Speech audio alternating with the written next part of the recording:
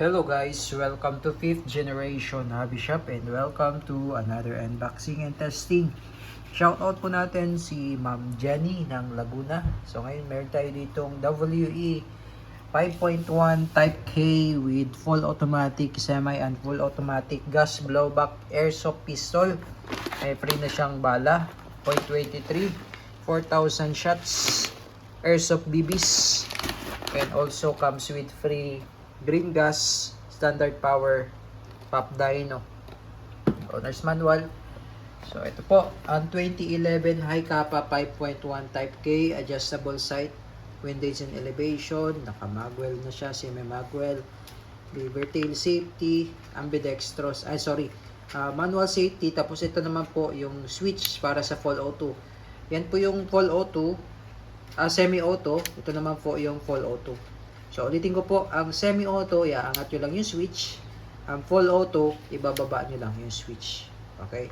Sa kabila naman po, ito naman po yung safety, manual safety.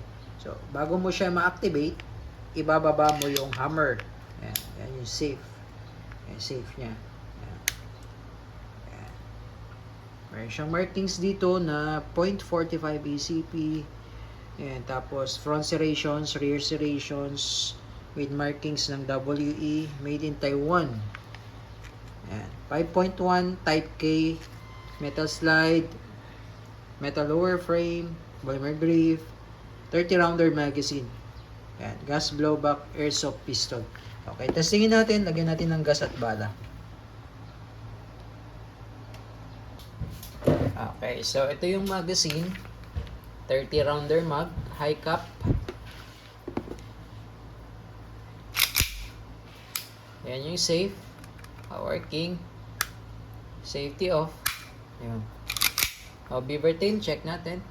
So, pag di siya naka-push, hindi rin siya puputok or di papalo yung hammer. Pansinin nyo. So, kailangan naka-push. Ito.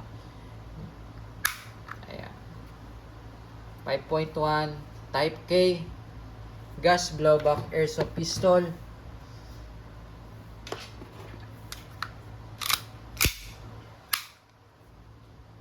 Yan. So, lagyan natin ng bala, 30 rounder capacity magazine.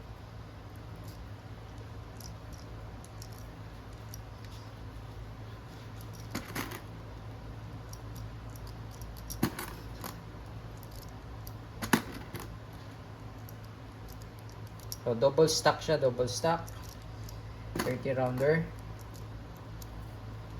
Yan. Okay, ulitin ko po. Ito yung semi-auto, ganyan naman po yung full auto. Okay. And load tayo ng gas. Inverted position, upside down, 3 to 5 seconds. Okay.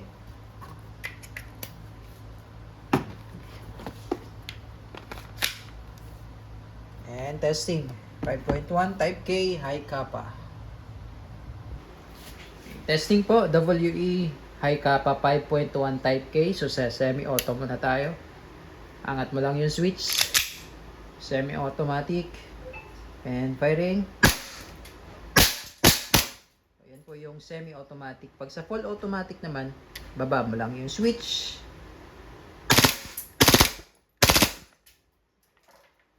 Okay, so naka-slide na siya. Ibig sabihin wala nang bala. Release nyo lang magazine. Baba nyo yung slide. Ito, yung slide stop, slide release. Bali, maglalak kasi yan pag wala ng bala. Pero paminsan po hindi siya maglalak pag yung magazine ay malamig na or mahina na yung hangin. Okay? So, ang gawin nyo, pag nag-lock, tulak nyo lang bahagya. Baba yung slide stop, slide release. Then, release the slide. Hammer down. Okay, so all goods, 5.1 Type K gas blowback airsoft pistol with full automatic, semi and full automatic.